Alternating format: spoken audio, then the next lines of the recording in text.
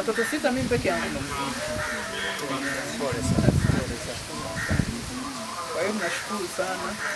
Lakini bado tunahitaji ni kubwa. Kuna mvua. Nyesha mvua tunapata taabu. Kama wadogo wangu hawana sehemu ya kulala, hawana magodoro mazuri. Kwa kupikia kote vile shida, mvua ikinyesha tunapikia huko, mvua hivi ilivyoisha tunapikia huko nyuma kuna kuni.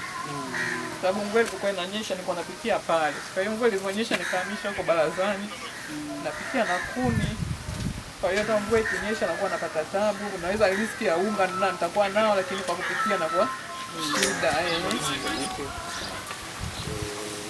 Tumekuja kusalimia ndugu zetu. Unafahamu tunao kila kata tunao wakaguzi wa kata ambao pamoja na shughuli zingine wamechangamana na watu. Kila siku wanapita mitaani huko na wewe unafahamu.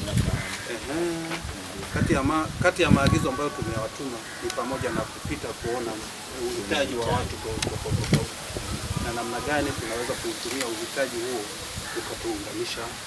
ukatuunganisha na watu kwa pamoja, akatuunganisha na jamii kupitia matendo hayo ya huruma. Kwa hiyo tumekuja na vitu vichache, chakula na nguo, ili hawa ndugu zetu najua hazitamaliza shida kabisa, angalau ziwapunguzie makali ya maisha. Ndugu zetu poleni sana. Hatujaja hapa labda ili kupata kliki kwenye mitandao, hapana. Honest, tumekuja kama binadamu. Sisi mapolisi, unaniona vyeo hivi si kitu, kwa sababu sisi tumetoka kwenye jamii hii.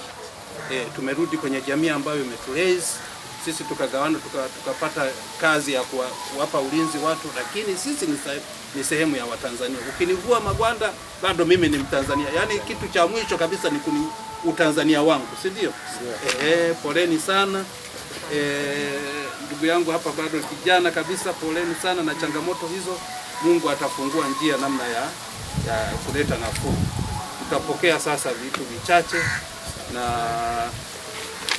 basi Mheshimiwa Diwani, baada ya kuwa tumekabidhi, na wewe utasema nini? Nina bahasha kidogo pia,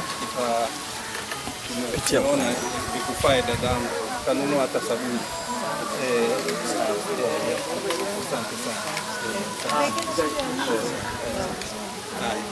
Nguo mbalimbali zitawafaa tu kulingana na lakini hili ni nguo pia. Zote humu ni nguo, zote hizi zifae kwa baridi, kwa maisha ya kawaida, kwa size tofauti. Tumezingatia size tofauti, lakini tukasema kule kwetu mimi ninapotoka, yaani unaweza ukafanya chochote, lakini kama ngumu tumbo hujaniangalia siwezi kukuelewa. Yaani unaniletea nguo alafu hujui mimi tunafanya nini. Tukafikiri na chakula kitusaidie kidogo. Asante sana. Nashukuru sana. Asante sana.